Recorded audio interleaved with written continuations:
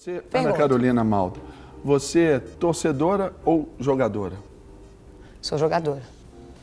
Torcedor ou jogador? Esse é o tema da nossa devocional e eu tomo aqui o texto de Atos 13, 42 a 52 e o texto bíblico diz assim: Quando Paulo e Barnabé estavam saindo da sinagoga, o povo os convidou a falar mais a respeito destas coisas no sábado seguinte. Despedida a congregação, muitos dos judeus e estrangeiros piedosos, convertidos ao judaísmo, seguiram Paulo e Barnabé. Estes conversavam com eles, recomendando-lhes que continuassem na graça de Deus. No sábado seguinte, quase toda a cidade se reuniu para ouvir a palavra do Senhor. Quando os judeus viram a multidão, ficaram cheios de inveja e blasfemando, contradiziam o que Paulo estava dizendo. Então, Paulo e Barnabé lhes responderam corajosamente: Era necessário anunciar primeiro a vocês a palavra de Deus, uma vez que a rejeitam e não se julgam dignos da vida eterna. Agora nos voltamos para os gentios, pois assim o Senhor nos ordenou. Eu fiz de vocês luz para os gentios, para que você leve a salvação até os confins da terra. Ouvindo isso, os gentios alegraram-se e bendisseram a palavra do Senhor, e creram todos os que haviam sido designados para a vida eterna. A palavra do Senhor se espalhava por toda a região, mas os judeus incitaram as mulheres religiosas de elevada posição e os principais da cidade. E provocando perseguição contra Paulo e Barnabé, os expulsaram do território. Estes sacudiram o pó dos seus pés em protesto contra eles e foram para Icônio. Os discípulos continuavam cheios de alegria e do Espírito Santo. Gente, quando eu faço essa analogia torcedor e jogador, a gente remete aí, por exemplo, para o futebol que todos nós gostamos muito, a maioria dos brasileiros conhece um pouquinho do futebol, mas é sempre assim. O torcedor, ele acha que ele entende tudo o que está no jogo, mas não. O jogador, sim. O torcedor, ele nunca vai entender ali o verdadeiro objetivo por causa das técnicas. Ele acha que é só fazer o gol e fazer de qualquer forma. Mas o jogador, ele aprende a técnica, ele tem ali uma obediência tática ali para poder estabelecer ali a sua jogada. Ele está ali vivendo o calor da partida. O torcedor não, ele só está vivendo aquela emoção. O torcedor, ele falsamente acredita que ele pode fazer ou mudar a história daquele jogo estando no banco ou nas arquibancadas da vida. Aqui a gente vai entender que nós temos todos essa missão e devemos ser. Todo crente ou é torcedor ou ele é jogador. Você é o quê? Torcedor ou jogador? Paulo e Barnabé eram jogadores. O grupo aqui dos judeus, desses religiosos, eles eram esses espectadores, eram aqueles que não se envolviam diretamente com a causa e com a missão de Deus. E aí nós aprendemos por esse texto, especialmente aqui no verso 46, que é muito interessante, e diz assim, olhe bem, então Paulo e Barnabé lhes responderam corajosamente: Era necessário anunciar primeiro a vocês a palavra de Deus, uma vez que a rejeitam e não se julgam dignos da vida eterna. Agora nos voltamos para os gentios. Olha só o que a gente aprende. O jogador, ele sempre vai declarar corajosamente a palavra de Deus em todo e qualquer momento, ainda que nas dificuldades.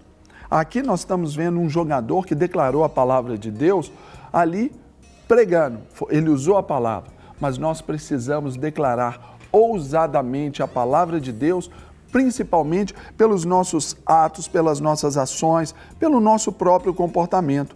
O jogador, ele tem essa necessidade de compartilhar o evangelho, mas ele não é aquele cara chato.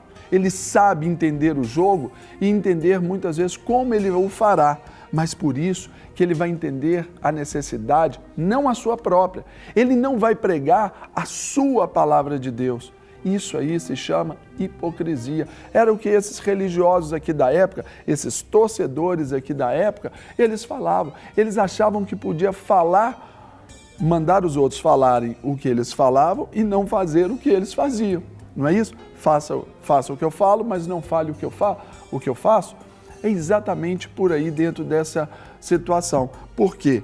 Nós precisamos, os jogadores, eles sempre se comprometem com ousadia e com confiança ali à administração da palavra. Então, você está desanimado, saiba que a sua vida está sendo vista. E no jogo da vida, você vai escolher se você é jogador ou torcedor. Algo que a gente aprende também nos versículos 45, 46 e o 51 é que o jogador, ele sempre vai ser persistente no cumprimento da sua missão. Pessoal, eu estava vendo uma pesquisa esses dias mostrando que aqueles que se converteram ao Evangelho e hoje estão fora das igrejas, eles hoje representam um número maior do que aqueles que estão hoje dentro das igrejas. Ou seja, não persistiram no caminho. Esses aí, eles creram talvez num evangelho de homens, um evangelho de torcedor passional, aquele que tem direito, o estatuto do torcedor, fazem em relação à palavra de Deus dentro desse clientelismo. Mas nós todos vamos passar dificuldades. A ninguém, pelo menos no evangelho verdadeiro, não é prometida essa vida de facilidades, mas sim uma vida de renúncias, uma vida ali de batalhas, uma vida de lutas, ainda que saibamos que não será dada a vitória, mas caso lutássemos essa boa batalha, caso fôssemos obedientes àquilo que o Senhor nos diria. Por isso que aqui o jogador, ele sempre vai compreender o papel que ele tem diante de Deus. Um jogador ali leal ao seu time, ele sempre que estiver em campo, ele vai dar o seu máximo ali em favor da sua equipe. É claro que se ele for bem, toda a equipe vai bem. Se um for mal, todos vão mal. Então nós temos que pensar que a cada mau testemunho que nós damos, a cada briga que nós estabelecemos, cada barraco, cada confusão, cada fofoca, cada mentira, cada corrupção que nós cometemos, nós estamos comprometendo todo o nosso time, o time de cristãos, colocam todos num mesmo saco, fazem todos ali como se fossem um só. Mas aqui, o bom jogador, ele se compromete com a causa com a qual ele está ali carregando. Então, por isso, nós precisamos entender que nós somos a luz do mundo desse mundo que está em trevas. Mas temos que ser luz não só dentro da igreja, só quando a gente está num ambiente favorável. Nós, claro, vamos precisar de ser luz quando há trevas, quando há adversidade, quando há confusão.